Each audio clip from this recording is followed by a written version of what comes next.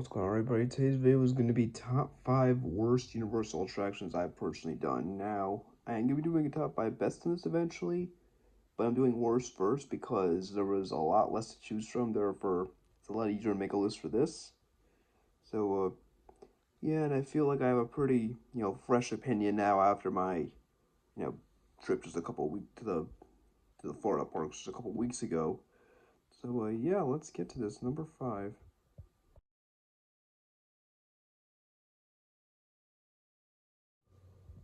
Okay, number 5, we got Race Through New York starring Jimmy Fallon. Now I was gonna say number 5 and 4 are probably the only ones on the list that I don't necessarily consider bad rides per se, but they're just more of on the lines of underwhelming for Universal standards. Now this ride, this Mission New York with Jimmy Fallon, I kind of just this ride felt lacking for me, and the humor just wasn't hitting. I mean, I don't really watch the night show, so that could be why, but it's a lot of it kind of just felt like a whole lot of nothing to me. And the ride motions were, fine, I suppose, but it just didn't feel, all that immersive compared to some other, Universal ones. I even argued Transformers in the same park feels a lot more immersive than this.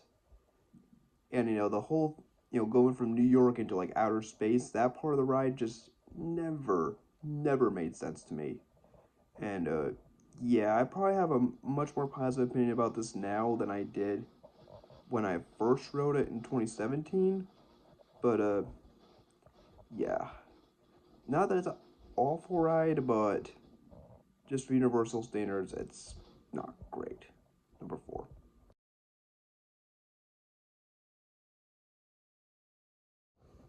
Number 4, we got Shrek 4D. Now this is the only defunct ride on the whole list.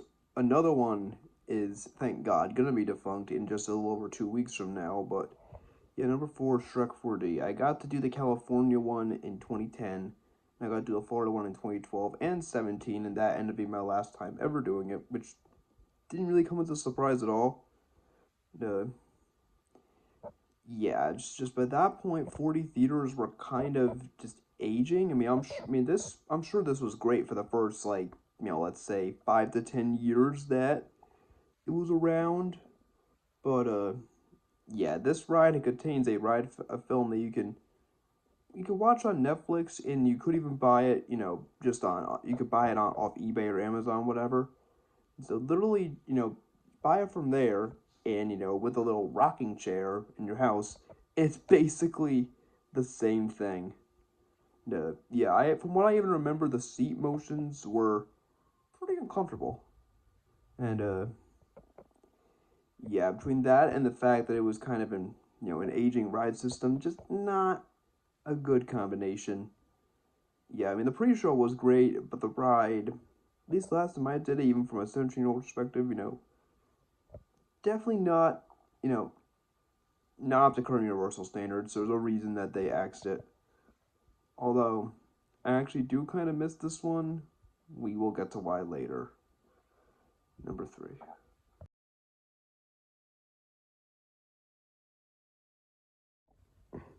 Number 3, we got one of the most unnecessarily horrifying rides in the whole resort, and the only attraction from Islands of Adventure to make this list, Cat in the Hat. Yeah, I mean, this ride actually does pretty good. I'm going to give it one thing, other than it being air conditioned, which felt great on the 100-degree day that I was there. But another, positive I'll give it is that it actually follows the ride story not the ride story, I'm sorry, the book's story. It actually follows it pretty good. The major problem with this ride are the animatronics need a lot of help. Like, these are probably some of the most horrifying animatronics I've seen on any ride. I mean, I came off Monsters Unchained, literally saying, when I was at Epic, literally saying, Cat in the Hat scared me more than that did. I mean, that is kind of meant to be scary. Cat in the Hat is not. And I also kind of noticed that the animatronics movements are very limited, especially like the fish, which makes it just stand out extra creepy. The Thing 1 and Thing 2, I only rode the ride twice, once in 2017, once in 2026. And the part with Thing 1 and Thing 2 still just, it startles me every time. And those cat animatronics, again, very limited movement, which made them just kind of stand out, extra creepy. And yeah, honestly, just update the animatronics, and the ride would probably be fine, if I'm being honest. And then I remember there was one part towards the end where it was kind of just, I think this is the part like right after, or not long after, where Thing 1 and Thing 2 first appear, where it's just sensory overload. If you watch a POV of it, you'll probably notice that there's one part with like a lot of like flashing colors and all that. Yeah, that part was kind of, I mean, it's one of the trippiest and most unsettling dark rides I've ever been on. Yeah, unless they, you know, put some serious work into this, I don't foresee myself going on it ever again. Number two.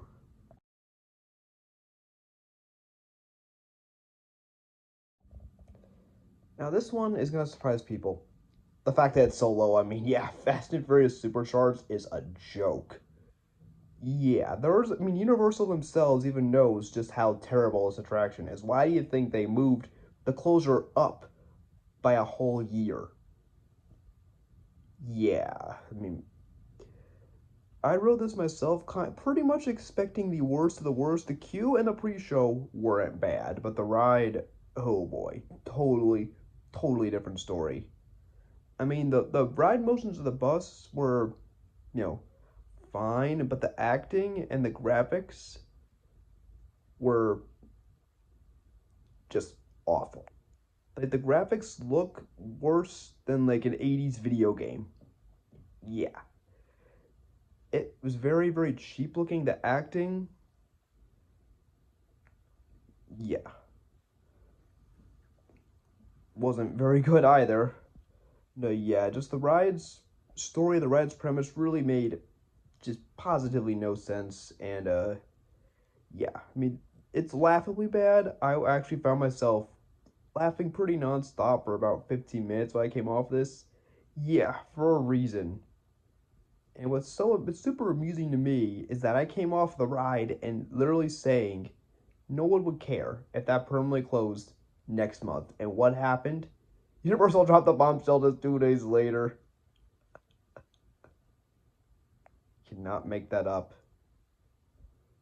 Yeah, just a laughably terrible ride across the board. It's a failure. Uh, yeah, I don't think anyone's gonna miss it, quite frankly. Number one.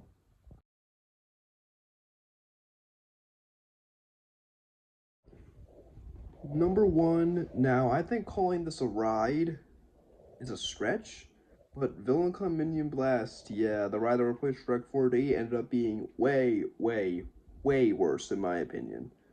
And yeah, this is probably one of the dumbest things I've ever been on.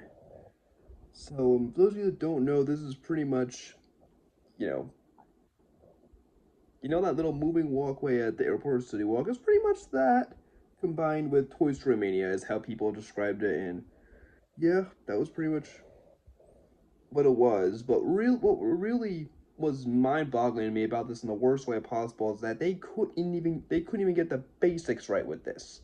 The blasters are way too big and the things you shoot at are way too small, which made the gameplay very frustrating. And I noticed what really stood out to me was on the ride was that I was not the only one who was having frustrations with that. With the things on the screen being too small and the blasters being too big. And yeah, just the whole idea of like a moving walkway, quote unquote, ride. It's a stupid concept, and I feel like the execution couldn't have been worse. And yeah, I almost wish Shrek 4D was still there at that point, which is quite frankly something I can't believe I'm even saying now. But yeah, just wildly terrible attraction. They got nothing right with this. And yeah, quite frankly, I think the only reason that they even built this thing to begin with was to shoehorn in another Minion ride and make it a Minion Land, just to milk on the IP. yeah, I firmly believe that that's the only reason that this ride exists, and yeah, it's abysmal. To I mean, Supercharged, I had a couple of minor positive things to say about it. This I got none. And that I at least came off laughing about how bad it was. This I couldn't say the same. Yeah, I will be perfectly content if I don't ride it again. Yeah, it's pretty much it. You guys enjoyed.